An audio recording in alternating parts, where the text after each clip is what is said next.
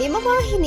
ಈ ಹಿಂದೆ ನಡೆದ ಚುನಾವಣೆಗೆ ದಿನಾಂಕ 28 ಸೋಮವಾರದಂದು ನಾಗಮಂಗಲ ಪ್ರಾಥಮಿಕ ಸಹಕಾರ ಕೃಷಿ ಮತ್ತು ಅಭಿವೃದ್ಧಿ ಬ್ಯಾಂಕ್ನ ನಿರ್ದೇಶಕ ಸ್ಥಾನಗಳ ಫಲಿತಾಂಶ ಹೊರಬೀಳಲಿದ್ದು, ಅತಿ ಹೆಚ್ಚು ಅಭ್ಯರ್ಥಿಗಳು ಜೆಡಿಎಸ್ ಪಕ್ಷದ ಪರವಾಗಿ ಗೆಲುವು ಸಾಧಿಸಲಿದ್ದಾರೆ. ಪಿಎಲ್ಡಿ ಬ್ಯಾಂಕ್ನ ಚುಕ್ಕಾಣಿಯನ್ನು ಜೆಡಿಎಸ್ ಪಕ್ಷ ಹಿಡಿಯುತ್ತದೆ ಎಂದು ಜಿಲ್ಲಾ ಪಂಚಾಯಿತಿ ಆಕಾಂಕ್ಷಿ ಅಭ್ಯರ್ಥಿಯಾಗಿರುವ ಮಂಡ್ಯ ಜಿಲ್ಲಾ ಜೆಡಿಎಸ್ ಪಕ್ಷದ ಉಪಾಧ್ಯಕ್ಷರಾದ ತೆಂಗಿನಭಾಗ ಎನ್ ಮಂಜುನಾಥ್ ಅವರು ಪತ್ರಿಕಾ ಪ್ರಕಟಣೆಯಲ್ಲಿ ತಿಳಿಸಿದ್ದಾರೆ. ಕಾಂಗ್ರೆಸ್ ಪಕ್ಷ ಅಧಿಕಾರಕ್ಕೆ ಬಂದ ನಂತರ ಗ್ರಾಮೀಣ ಪ್ರದೇಶದ ಜನರು ತತ್ತರಿಸುತ್ತಿದ್ದಾರೆ.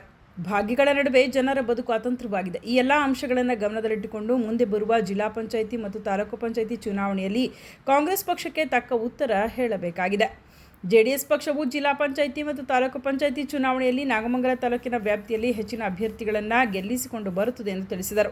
ನಾಗಮಂಗಲ ತಾಲೂಕಿನ ಚೀಣ್ಯ ಜಿಲ್ಲಾ ಪಂಚಾಯಿತಿ ಕ್ಷೇತ್ರದ ಆಕಾಂಕ್ಷಿಯಾದ ನಾನು ಕೂಡ ಅಭ್ಯರ್ಥಿಯಾಗುತ್ತಿದ್ದೇನೆ.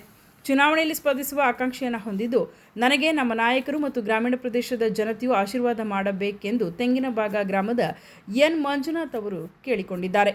ಸುದ್ದಿ ವಾಹಿನಿಯ ಹೆಚ್ಚಿನ ಮಾಹಿತಿಗಾಗಿ ಸಬ್ಸ್ಕ್ರೈಬ್ ಆಗಿ ಹಾಗೂ ಬೆಲ್ ಬಟನ್ ಒತ್ತಿ.